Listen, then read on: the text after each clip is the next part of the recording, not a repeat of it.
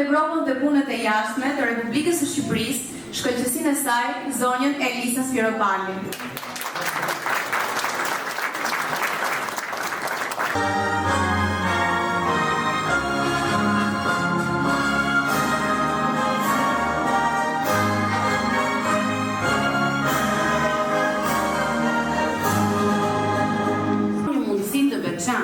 Për të reflektuar mbi sukseset tuaja, për të dëgjuar dhe për të thelluar bashkëpunimin. Ky është një moment historik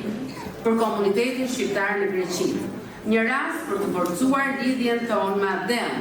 dhe për të treguar se bashkëpunimi, përkushtimi dhe pasioni juaj për Shqipërinë janë të jashtëzakonshëm. Le ta përqafojmë këtë rast me emocion dhe krenari, dhe të mirëpresim së bashku Ministren për Evropën dhe punët e jashtme të Republikës së Shqipërisë, zonjën Elisa Spiropali.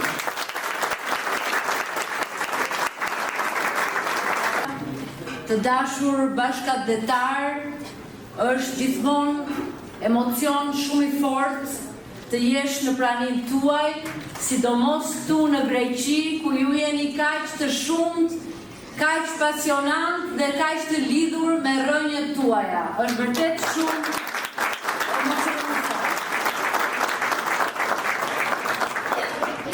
Vendosa ta nis fjalën time me një shembull suksesi. Vështirësia e vetme ishte se nuk kisha përpara një shembull, por një det të tërë historisë suksesi që ju, shqiptarët e Greqisë, i keni shkruar ndonjëherë përtej çdo gjase. Megjithatë, zgjodha të ndalem te një histori në dukje modeste, jo sepse është më e rëndësishmja, por sepse tregon çfarë ndodh kur rrënjët i ke në Shqipëri dhe krahat i hap në Greqi. Ti ishe emigrant në vitet 90, do të thoshte shpesh ti ishe edhe jetim, i zhveshur nga çdo mbrojtje që duhet t'jap shteti anë. Ti këtu ashtu edhe Shqipëri. Kemi përpara projekte konkrete, por mbi të gjitha dua të ndalem te një çështje që prek drejt për drejt jetën, dignitetin dhe kontributin tuaj shumëvjeçar. Marrëveshja për njësimin dhe njohjen e pensioneve. Ju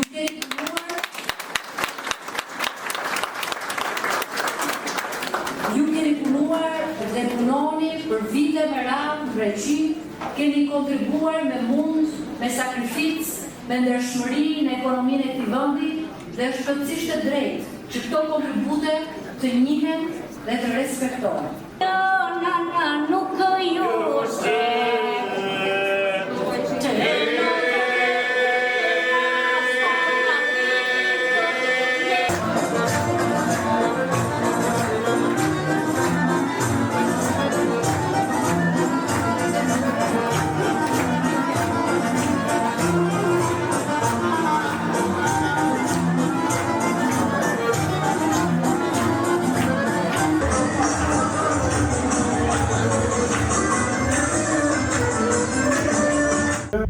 Këto ishte disa pamje të marra nga kameramani ynë Sokol Bara. Bëhet fjalë ku ministra Spiropali bëri një takim me bashkëavëtarët tanë. Por të folur rreth këtij takimi, ne kemi ftuar në intervistë përfaqësuesin e diasporës shqiptare, zotin Edmond Guri. Zoti Edmond, dy fjalë mbi vizitën e zonjës Spiropali në Afrin. Për një periudhë kohore shumë të shkurtër, pra brenda 6 muajve, kemi 2 vizita zyrtare të zhvilluara në Greqi nga ministrat e jashtëm të Republikës së Shqipërisë. Pra, takimi i parë u zhvillua nga zoti Igli Hasani, ish ministri i jashtëm të Shqipërisë, dhe këto ditë u zhvillua takimi i dytë nga ministra e re zonja Elisa Spiropali, pra ministra e jashtme e Republikës së Shqipërisë, me palën grek, një takimesh që jep të kuptojmë që marrëdhëniet me dy të vende ka filluar të rizgjohen, ose më saktë është hapur një kapitull i ri dhe kjo duket qartë, duke marrë parasysh të faktin që u zhvilluan 3 takime shumë me homologun e saj, pra ministrin e jashtëm të Greqisë, zotin Gjera Petritis, ku u diskutuan një sër çështjes që na jep të kuptojmë që diplomacia me dy vendet tashmë ka filluar të funksionojë për të ekuilibruar situatat dhe për të gjetur gjuhën e zgjidhjes për problemet që janë akumuluar si të vitit për ato që janë të kohëve të fundit. Zoti Guri, brenda 6 muajve, nga 83 qershor dhe deri më 16 dhjetor, në Greqi kanë ardhur për vizitë zyrtare 2 ministra të Shqipërisë. Cili është komentimi juaj? Siç e the, ka një ndryshim të madh të dinamikës së raportit me dy vendeve. Kjo vjen për vetë faktin sepse duke qartë që ka pas një dobësi për te deklaratave politike që marrëdhëniet me dy vendeve, pra marrëdhëniet politike e diplomatike ishin të shkëlqyera, por fatkeqësisht rezultoi që nuk ishin të shkëlqyera sepse një problem siç ishte ai i zgjedhjes së kryetarit të Himarës i votuar nga votuesit e Bashkisë Himar, zoti Beleri, i cili më pas u shndrua në një betejë gjyqësore, pra të drejtësisë shqiptare, dhe më pas nga procesi gjyqësor, politika në dy vendet e mori dhe e përdori për benefitet e saj dhe u shndrua në fenomenin Beleri. Kjo bëri që të rënoheshin raportet me dy vendeve. Greqia nga ana e saj mund të përtypë faktin që Shqipëria, një vend i vogël, të mund të bëjë në thonjza reagime apo veprime të cilat konsiderohen si tabu deri më herët. Nga ana tjetër Shqipëria po funksionon dhe po reagon si një shtet i cili është rimbëkëmbur, është rikthyer dhe ka kaluar fazën e mpirjes ku nuk reagonte, nuk funksiononte dhe nuk kishte mendim apo më saktë vullnet për të funksionuar si shtet. Të gjitha këto bën të kuptoheshin që një problem i tillë rënoi, pra kaloi çështjet dhe interesat strategjike që kanë dy vendet, gjë e cila u duk qartë që pati një boshllëk, nuk pati mekanizme sigurie. Ne kemi thënë nga hera dhe unë që në fillim të herës kam thënë që mungesa e mekanizmeve të sigurisë me dy vendet bën që në një moment delikat të rënohen raportet dhe kjo nuk do thuajse me asnjë shtet tjetër të botës, sepse edhe në momente e lufte, kur dy shtete janë në luftë, prap kanë kanale komunikimi dhe kanë mekanizma sigurie të cilat komunikojnë me një tjetrin për arsye të ndryshme. Këtu që nuk ndodhi këtë, nuk funksionoi këtë radhë me Shqipërinë dhe në këtë kontekst është parë një dobësi dhe të dyja vendet e kanë kuptuar që ky pushtet duhet të plotësohet, duhet të rikuperohet aq më tepër, raportet nuk duhen parë më me syrin e politikanit, por duhet parë me syrin e diplomacisë dhe me kontekstin e parafrimit të raporteve dhe të lidhjeve dhe përforcimit këtyre me marrëveshje konkrete dhe me bashkëpunim më të ngushtë dhe jo me atë të një mentaliteti ballkanik që në fund të ditës nuk u intereson as Greqisë, por sigurisht Shqipërisë jo. Duket që kjo në këtë kontekst këto vizita janë vërtet shumë premtuese, mbetet për të parë, sigurisht ajo që është e rëndësishme është fakti që duhet të ketë një frym besimi dhe mirëbesimi, që të ketë një vazhdimsi për mëtej, që përtej takimeve të kortezisë që zhvillohen pra bilateral me një tjetrin, të ketë mundësinë e realizimit apo dhe të besimit ndërmjet palëve për të dhënë një zgjidhje problemeve të cilat të pakën ato që zgjidhen. Dhe në këtë kontekst duket që kjo frym u përcoll si nga pala greke me anë të mediave të greke, por edhe nga pala shqiptare me intervistën që dha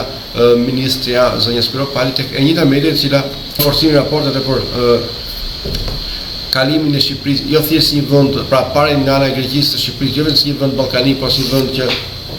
shpreson shumë shpejt të pjesë e Bashkimit Evropian dhe një vend aleat, dhe kjo aleat mund të përforcohet duke u krijuar një korridor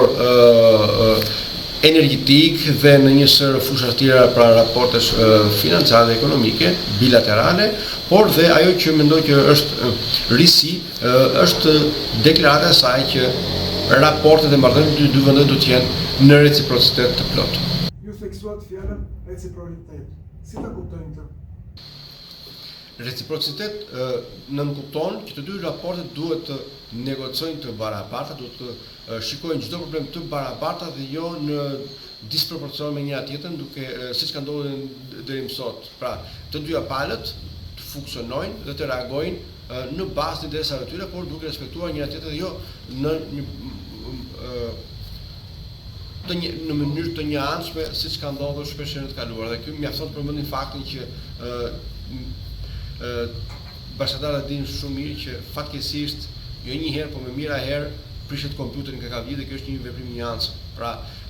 pengesa shpesh herë e lëvizjeve të lirë,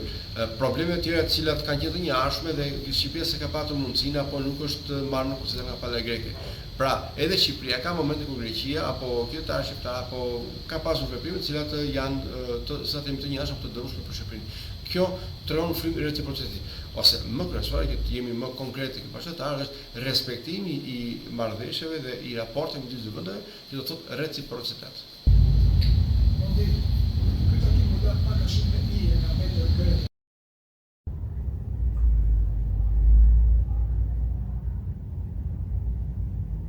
Si mund të lexohet kjo vizim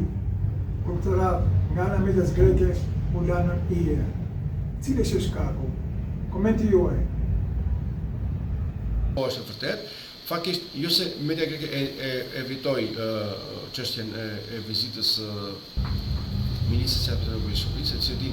akoma edhe sot temi shqiptar apo ku bëhet fjalë për figura të shqiptarëve, sigurisht ngjall një interes shumë herë më të madh në mediat greke. Ne kemi konstatuar që një pjesë e tyre, kryesisht ato që kanë prirje të djathta apo të ekstremit djathtë, shpeshherë sajojnë apo temi shqiptar e përcjellin si diçka shumë negative. Por duket që, siç e thamë më herët, ka një qasje ndryshe këtë radhë, është një frym mirë kuptimi në ta themi në këtë kontekst dhe ka një profesionalizëm në fundit tek mediat greke, por dhe ke mediat shqiptare që pati shumë interes, por ishin shumë të kujdesshme në procedën e lajmeve ose më saktë në mbulimin e gjithë këtyre zhvillimeve të fundit të vizitës së zonjës Spiropali në Athinë dhe unë kështu e shikoj dhe kështu e lexoj funksionimin dhe reagimin e mediave greke, të cilat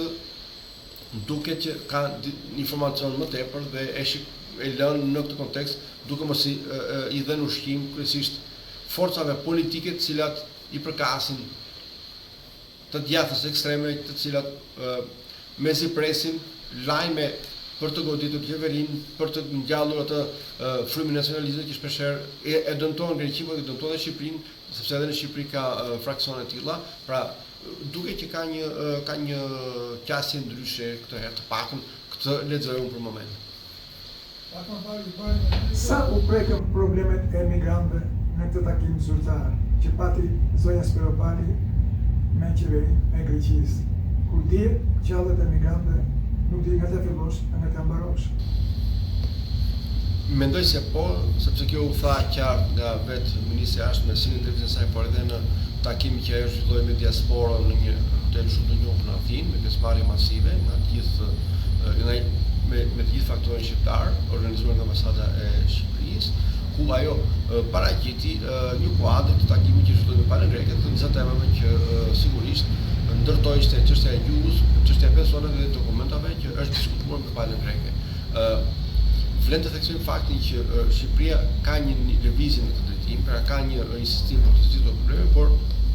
dy gjëra janë të ndryshme. Pensionet Shqipëria mund të bëjë shumë, por nuk mund të bëjë shumë tek lejet e qëndrimit, thjesht vetëm se mund të rikujtojë palës greke që të mund të ketë më shumë kujdes dhe vëmendje që mos të mundohen qytetarë shqiptarë, në çështje të tjera që janë shumë herë kompetencë e shtetit shqiptar dhe është diplomacia që zgjidh, sigurisht që janë diskutuar dhe ne këtë konstatuam. Unë do të thoj në këtë pikë që është e udhës, pak kështu funksionojnë shtetet dhe diasporat e tjera në mbar botën, Greqia, Kroacia, Gjermania, Italia apo Australia që kanë diaspora jashtë, edhe vetë Gjermania. Ka një linjë kontakte drejt për drejt diasporat e tyre jashtë, pa në vendet ku ata shkojnë në zhvillojnë takimet. Kjo do të thotë që këtë pjesë shteti shqiptar deri diku ose ka neglizhuar ose ende nuk ka marrë seriozisht sepse ende nuk ka gjetur atë mënyrë dhe formë për ta bërë. Ka pasur tentativa me Ministrinë e Diasporës, që nuk ekziston më, ka një agjenci diasporës, por mbetet të vogël kontakti me diasporën për tërheqjen e problematikave, provozimeve dhe të problemeve reale, sepse siç i përjeton emigrantë, qytetarë shqiptar këto probleme, kurse si ambasada nuk e ka këtë informacion aq më tepër shteti shqiptar. Kjo do të ishte një mundësi shumë e mirë për t'u ofruar informacionin e saktë dhe propozime konkrete dhe një mundësi stimul të zgjidhjes që të ishin përgatitur më shumë ka pala greke. Gjithsesi, jemi shpresë plot që në një moment kjo mund të ndodhi. Pra, duket që diplomatia shqiptare është në lëvizje për një sër faktorësh, edhe për vetë faktin që Shqipëria nuk është më ajo e viteve 90 apo vitet 2000, kanë kaluar një stad tjetër, që duket qartë nga vizitat e shpeshta apo interesi i madh që ka shprehur faktori ndërkombëtar dhe takimet e forumeve politike që janë filluar në Tiranë, që është hera e parë ose nga të rrallë herë të bën jashtë BE-s, takimi i ndërqeveritar i qeverisë shqiptare me atë italiane, patjetër janë shenja që Shqipëria ka një stat tjetër dhe Greqia, normalisht një shtet fqinjë dhe një shtet aleat, ka një peshë dhe një rëndësi të veçantë për marrëdhënien midis dy vendeve, dhe aq më tepër Shqipëria shpreson që shumë shpejt mbylli kapitulli deri në 2027 të hapur me Bashkimin Evropian dhe ta trasohet deri në 2030. Por ndihma e Greqisë, suporti i Greqisë është i padiskutueshëm dhe është shumë i çmuar në këtë moment. Ju jeni përfaqësues i diasporës shqiptare, ku për mendimin tim pati seleksionime në këtë vizitë në takimin që bëri zonja Spiro Pali me bashkëdhënëtarët tanë. Cili është mendimi juaj? Pasi aty u pa që nuk pati pjesëmarrje nga kryetarët e partive politike. Pra, ministrja nga ana ime nuk do të përfaqësoj partinë politike në fuqi, por është ministër që përfaqëson Shqipërinë. Dhe ne në diasporë kemi si emigrant indës të forcave të majta, ashtu dhe të forcave të djathta. Mendimi juaj? Ndoshta mund të jem dhe gabim. Unë nuk mund të jap një përgjigje lidhur me faktin se kush është ftuar, por si pjesë e kryesisë së diasporës, unë atë që mund të komentoj dhe mund të shpreh është fakti që nëse diaspora na erdhi një ftesë zyrtare me një numër të caktuar përfaqësuesish, dhe kjo det me thënë na gëzoi sepse mënyra se si u adresua tek ne dhe jam i sigurt që është adresuar ke gjithë të tjerat, të paktën nga që kemi pasur shkruar qendror, pra në një formë protokollare, me një protokoll dhe me një kod veshje. Fatkeqësisht kur ne morëm pjesë dhe ishim pjesë të takimit, konstatuam që aty kishte individ apo pjesëmarrës që nuk e di çfarë profesion, nuk e di çfarë ndikimi ka dhe nuk e di çfarë kontributi kanë. Janë bashkëdhënëtarë tanë, janë të respektuar, por nuk e dini ishte vendi dhe momenti për të qenë pjesë, sepse përderisa ka një formë organizimi në Greqi, qofshin këto diasporë e shkallës tretë, pra profesia më e lartë, qofshin federata, unione, komunitete apo shoqata organizata e forma të tjera, mendoj që ambasada të paktën në këtë kontekst përderisa merr mundime dhe i hyn protokollit, atëherë do ta respektojë protokollin deri në fund, dhe të sa më shumë produktive, që të ketë rezultate, se vazhdojmë në një linjë që ka qenë deri sot, që mblidhemi se do argëtohemi, okay, nuk bën sens dhe mendoj që kjo edhe të paktën për diasporën kjo nuk bën sens, sepse diaspora nuk ka nevojë as për fotografi as për paraqitje fizike, ka nevojë për bashkëpunim, për kontribut konkret brenda mundësive dhe kapaciteteve tona, dhe tepër me ambasadën si institucion dhe shtetin shqiptar, me qëllim që problematika tona të përcjellen ashtu si duhet tek organet kompetente, qofshin ato shqiptare apo greke. Pra në këtë kontekst mendoj që ka shumë hapësirë dhe mundësi për të përmirësuar nga ambasada shqiptare, aq më tepër që duhet vënë në vëmendje të shtetit shqiptar. Ndërsa lidhur me pyetjen, pjesën tjetër të pyetjes nëse janë ftuar apo jo forca politike, unë nuk jam dieni, por në takime të tilla nuk duhet të ketë dallime, sepse Ministria e Jashtme e Shqipërisë, shteti shqiptar nuk bën dallime tek forca politike dhe as tek më tepër tek qytetarët, sepse ata ditë qytetarët shqiptarë duhet të ishin pjesë e këtij takimi. Ky është mendimi im dhe mendoj që të paktën kështu procedojnë dhe veprojnë shtetet tjera që kanë një eksperiencë dhe një përvojë shumë herë më të konsoliduar se sa e jona. Zbatot protokollin me përpikmëri, nëse fton një përfaqësues të një shoqate organizate, komiteti apo diaspora, çfarë do qoftë ai, dhe për të bërë një takim me ministrin, për të informuar dhe për të dhënë mundësinë për të dialoguar apo për të pyetur, dhe kjo bëhet në mënyrë të komunikueshme dhe me mirë kuptim si me ambasadën dhe me organizatorët, sepse kështu funksionon, aplikohet deri në fund. Jo, të bëjë një takim siç nuk ka thënë, të mblidhemi, dëgjojmë ministrin dhe ne thash e përgëzojmë, e përshëndesim dhe e mbështesim në çdo formë, në çdo aspekt, sepse në fund ajo përcjell dhe bën përpjekjen e saj si shtet për interesat tona të përgjithshme të shtetit shqiptar dhe të qytetarëve shqiptar. Por nga ana tjetër, kur aty përfshihet pastaj folklori, pra tradita, vallet, këto humbet protokolli, humbet ajo korrinici duhet paraqekuar duhet respektuar, siç të paktën u kontaktuan. Sa pozitive dhe negative ishte takimi që ministra bëri me emigrantët, ku në fillim kjo ministër u takua me drejtuesit e shtetit qeverisë greke dhe më pas me emigrantët, ku për mendimin tim duhet ishte për e kundërta, pra të ndëgjoheshin emigrantët për hallet dhe problemet e tyre, jo pse qeveria shqiptare nuk i di, po të ndëgjoj nga goja e tyre live sistemin në gjuhën gazetariske, hallet dhe problemet e tyre, dhe më pas të bëj takime me qeverinë. E them këtë sepse qeveria greke, që ka një emigracion, një diasporë, një shekull të tërë, pra para 100 vjetësh, para se të bëj takime me drejtuesit e një vendi tjetër, takon emigrantët e diasporën greke dhe pastaj shkon e bën takime me qeveri ku shkon. Pra, kjo do thotë se diaspora greke nuk ka ato probleme që ka diaspora shqiptare, ku për 30 vjetë fajten për një ligj qendrimi ende. Siç shteti shqiptar zhvillon çdo vit takim me diasporën, kjo është një mundësi shumë e mirë që përfaqësuesit e diasporës marrin pjesë paraqesin dhe propozimet e tyre. Në këtë kontekst, edhe ambasada që është organi kompetent mund të zhvillojë një set takimesh, të cilën neve se kemi parë deri sot, me gjithë faktorin shqiptar, e ritheksoj. Nuk ka rëndësi individi apo personi. Rëndësi ka që të jetë me gjithë faktorin pavarësisht preferencave të ambasadës apo të diasporës apo të gjithë secilit. Rëndësi ka që të bëhen takime dhe të merret informacion për problematike. Nëse nuk zhvillohen këto takime dhe ne mbetemi vetëm tek folklori, atëherë ka përshtypjen që diçka bëjmë gabim. Edhe në këtë kontekst, shteti shqiptar unë jam i sigurt që ka informacion se ka mundësi dinamikën, por duhet krijuar një mënyrë organizimi krejt ndryshe, pra të dhënë një ndjesi dhe një frymë dhe një standard evropian. Nëse duhet të ndasojmë në Europë, nuk do të ndasojmë thjesht se shkojmë 2 ligje apo 2 rregulla në letër, po duhet të ndasohemi duke përmirësuar vetvete mënyrën e përfaqësimit, mënyrën e organizimit dhe mënyrën e infiltrimit të individëve, të figurave, po kryesisht të problematikave të cilat i mbajmë shpinë. Si në fund të fundit ambasada sot ka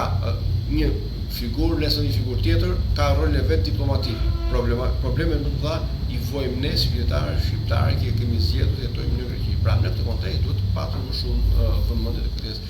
Pra ka shumë hapësirë për të përmirësuar në këtë drejtim me qëllim që të ketë një rezultat sa më maksimal.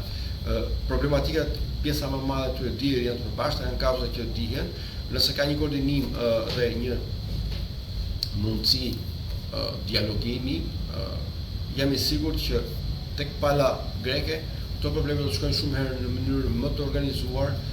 shumë herë më serioze dhe do të merren shumë herë më seriozisht nga pala tjetër, sesa kur neve shkojmë dhe ndjojmë pakën në eksperiencat time kam parë që shumë profesorësh jo vetëm që nuk shkojnë të organizuar, por edhe kur flasin apo edhe kur paraqesin se problemi janë jashtë kornizës apo jashtë kompetencave në forcat të tyre, edhe shumë figura të tjera. Gjithsesi, siç e thash, mendoj që ka pse shumë të përmirësuar, dinamika tashmë është, përvoja, eksperienca, kushtet, të gjitha janë të përshtatshme për të kaluar një stadie. E përshëndesim dhe e mbështesim dhe nuk e vëm dyshim të pjesë, por mos tjetë ajo linjë e përhershme dhe them përdor pikërisht fjalën linjë që gjithmonë hajde se këta janë dhe kanë kjo përcjellje që duket qartë, por nuk është kështu. Neve mjafton përmendim që takimet që ka zhvilluar diaspora si ka bërë as vetë ambasada, jo të tjerë, por nuk është thelbi kush jemi ne kush janë ata. Ne në fund të fundit përcjellim kauzat dhe problematikat përbashkëta, por ideja është dhe ose më saktë qëllimi është që këto problematike të përcillen si duhet e para tjetër. Dhe këtu nuk është arsye të komentojmë mondi apo diaspora që fëmijët. Nuk futemi këtë pjesë. Në diaspora nuk merrem me qefmit, sepse diaspora shikon thelbin e arritjes. Qoftë edhe një organ tjetër që nuk është pjesë e diasporës apo një organizatë shoqata ku do të qoftë ajo, arrin të bëjë diçka të mirë, neve e përshëndesim dhe e mbështesim edhe në disa me këto formë tjetër. Këtë do të kuptoj dhe ambasada. Pra nuk futet diaspora në asnjë rast në takime të tilla, aq më tepër siç qarkullon jashtë në komunitet apo në rrjetet sociale për disa interpretime keqdarsa apo të qëllimshme të pavërteta lidhur me raportet diaspor ambasadë. Në asnjë rast diaspora nuk e kanë temuar ambasadën, e përshëndetën, ta mbështesin në çdo formë, në çdo mënyrë, në formë të padiskutueshme, por e vërtet duhet të thënë dhe aty ku ka dobësi duhet diskutuar për ta përmirësuar. Mundi, në mbyllje desha të thënë që ne si emigrantë kemi një shpresë nga ky takim apo do kalojë si të tjera? Unë do shtosh jo vetëm si emigrant, por si qytetar shqiptar, si qytetar grek dhe si qytetar evropian. Termi emigrant më shumë është ofendues, do thosha. Mund të thosh emigrant një individ i cili ka ardhur 3 dekada jeton në Greqi, është rrobatur me diesën e vallit, është munduar, duke punuar, duke kontribuar në ekonominë greke dhe duke suportuar ekonomikisht ekonominë shqiptare dhe sot politika shqiptare i quan si emigrant dhe vjen lavdërohet me arritjet e qytetarëve shqiptar jashtë, që janë ata të cilët ishin ambasadorët e parë që hapën portën në Bashkimin Evropian, apo janë ata që sot mundohet të lavdërohet diplomatia shqiptare dhe ambasada shqiptare. Për në këtë kontekst nuk mund të themi emigrant. Unë jam shpresplot dhe mendoj që të pakun qasja këtë radhë është në drejtimin e duhur. Problemet do diskutohen dhe kur diskutohet gjithmonë ka një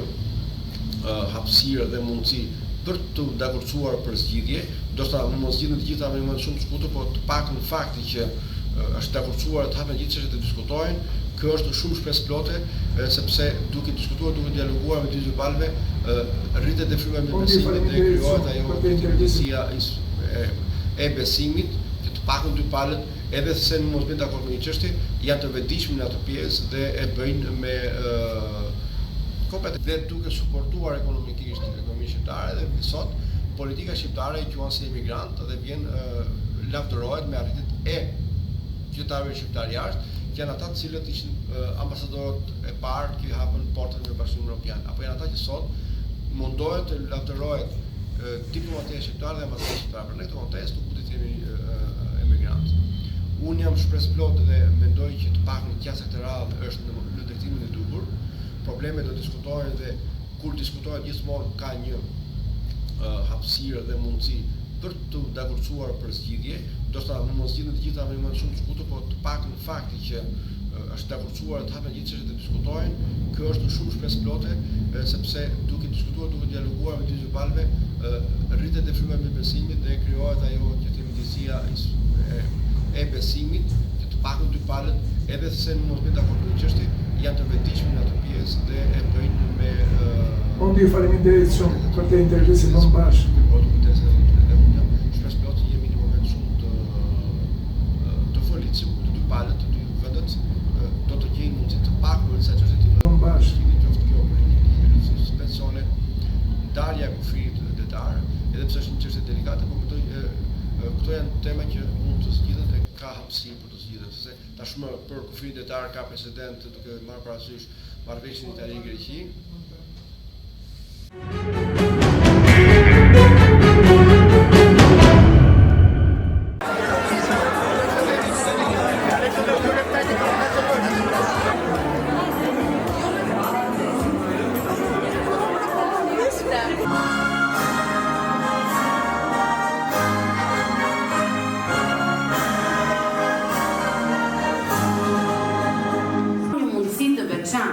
Për të reflektuar mbi sukseset tuaja, për të dëgjuar dhe për të filluar bashkëpunimin.